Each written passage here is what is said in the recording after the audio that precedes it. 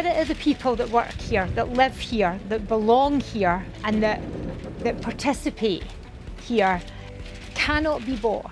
The wealth of the community is in the actual community.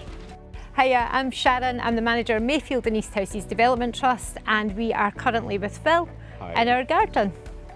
The Development Trust was set up about 18 years ago in response to community need. Felt like things weren't happening here, so it was started up in order to make things happen, which is our tagline.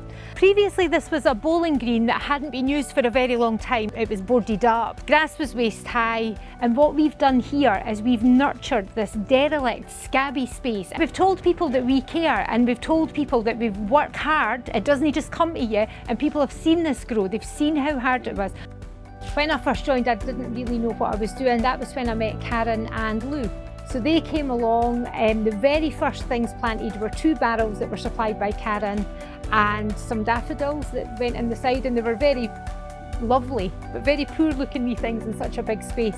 If I need advice, if I need just anything, I can call them and they'll help, and if they can't help, they'll find someone who can. So obviously the polycrub is like the fanciest polytunnel you ever did see. In the winter, it's mainly winter greens and winter salads for the café. Obviously in the summer we go a bit tomato crazy. Food is the key to anything you're doing. Yeah. I really think when you feed someone, you're nurturing them. During COVID was when we really came into our own.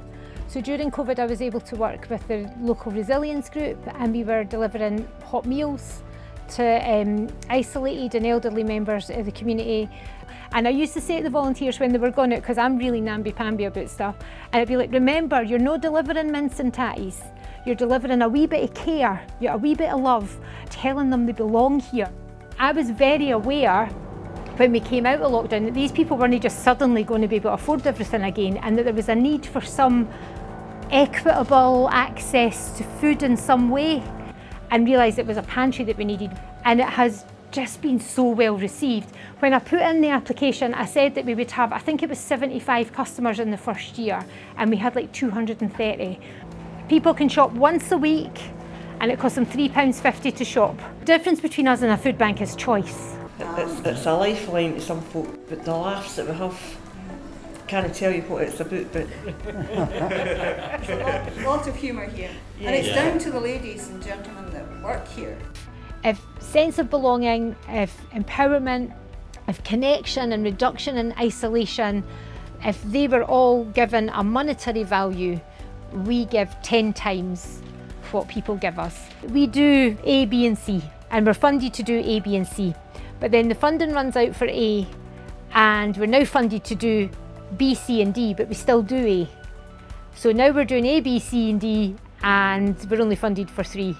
And then the funding for C and B runs out, and now we're doing E and F, and before we know it, we're doing the whole alphabet, and we're only funded for X, Y and Z. Although the funding is finite, the actual project and the impact and the need for that project isn't necessarily finite. We need to be shown the level of trust that we show in the people that we serve.